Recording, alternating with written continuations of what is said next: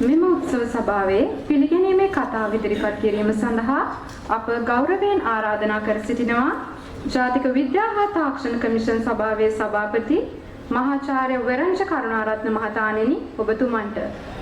Ladies and gentlemen, to formally deliver the welcome address, now I would like to invite Professor Veranja Karunarathne, Chairman of NASTEC. A very good afternoon to all of you. Minister of Education, Dr. Suchil Premajantha, just turned the corner to Water's Edge. Hope to receive you soon, and we are supposed to have three other state ministers: Mr. Suren Raghavan, State Minister for Higher Education; Mr. Arvind Kumar, State Minister for Education; and Mr. Kanaka Herath, State Minister for Technology, who will soon arrive. And we welcome the Ambassador to Sri Lanka from USA, Ms. Julie Chung. Thank you for coming and making this the start of this program on time, which is very important to us. And also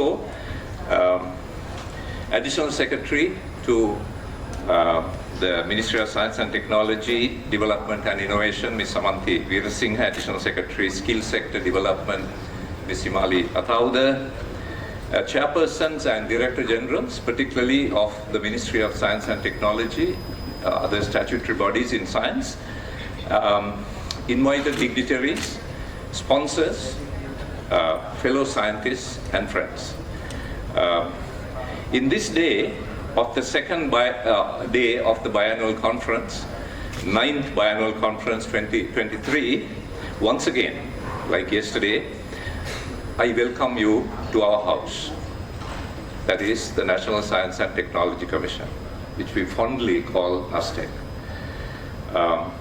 My dear colleagues who deliberated and brainstormed probably until the small hours of last night in the technical sessions, you came here freely, and I wish that you go safely. I know you're leaving something of the happiness you brought with you with us. Thank you very much. As you know, in spite of the economic challenges Sri Lanka is facing, the vision of the President, Mr. Ranil Wickremesinghe, is on record that Sri Lanka is committed to a blue-green economy, which is very important to us who are scientists, which is in keeping with the Sustainable Development Goals. In line with this, under the subject Minister of Science and Technology, Dr. Suchil Premajantha,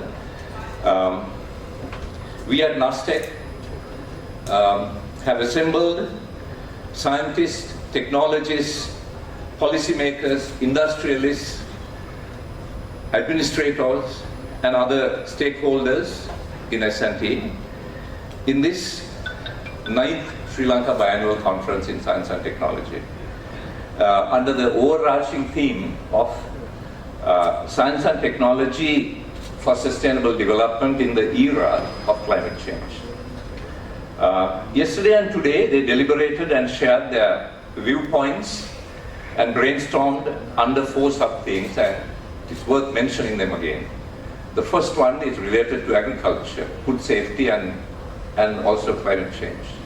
The second one is about another type of endemic bioresources that Sri Lanka is blessed with, the natural bioresources coming from our flora.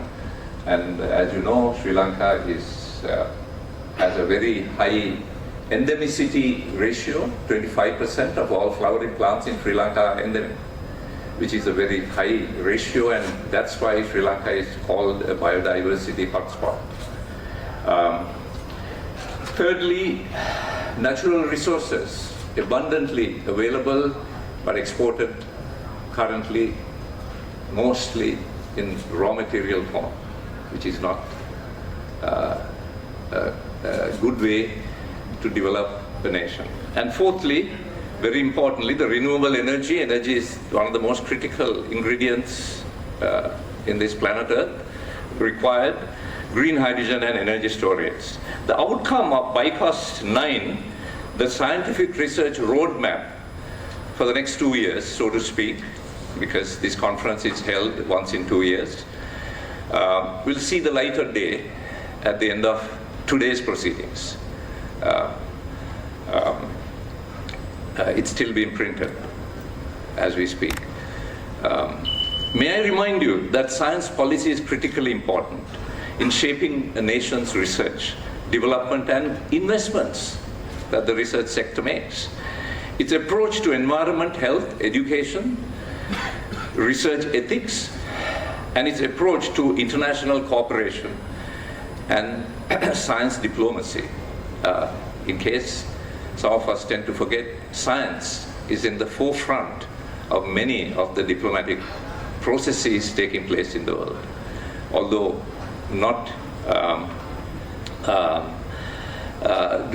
although it does not receive the coverage as other political fora. From climate change to energy, water needs, and impacts from natural hazards, challenges we face are growing more and more complex as days go by. And for sustainable solutions are now more and more urgent.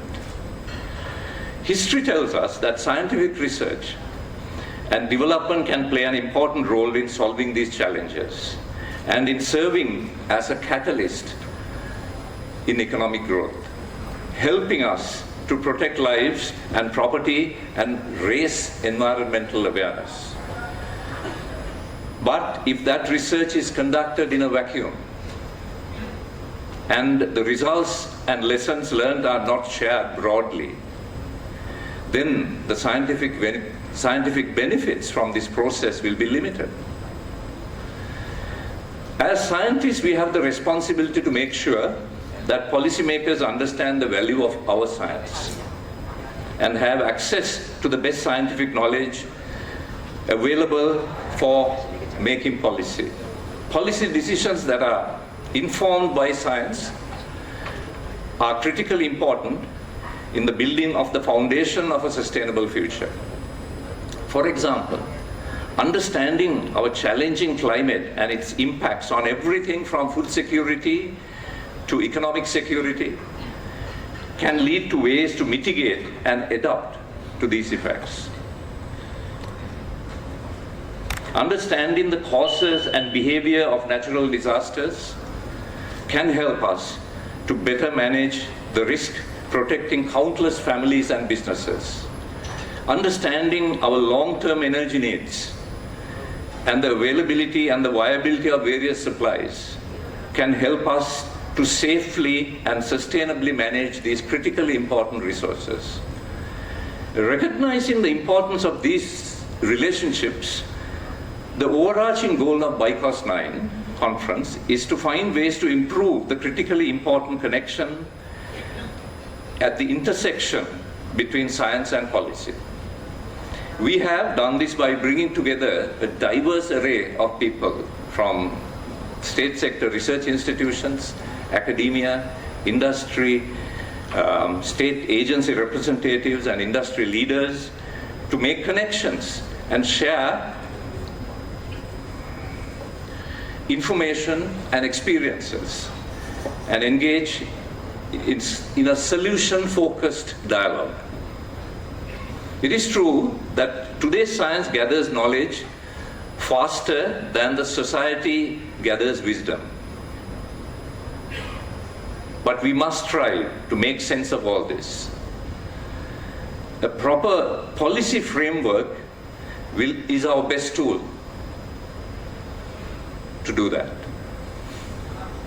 Intelligent use of science and technology are the tools with which a nation can change its direction.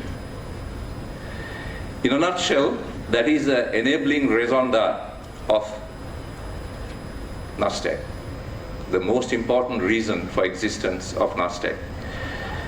Intelligent use of science is very important because, if I may quote what a wise man once said, which makes our existence perhaps not so serious as we think it is. The fact that we live in, he said, at the bottom of a deep gravity well, on the surface of a gas-covered planet, going around a nuclear fireball, which we call the sun, 90 million years away, and have the audacity to think that this is all normal. And it's obviously some indication how skewed our thinking sometimes can become. However, this important thing to remember is that this gravity well is populated by wonderful biodiversity. And yes, humans among them. Clearly, therefore, science without humanity is meaningless. John Keats, the poet, philosopher, once said, "Heard melodies are sweet, but those unheard are sweeter." Ladies and gentlemen, the best thing about science is that it never ends. The best melodies are yet to come.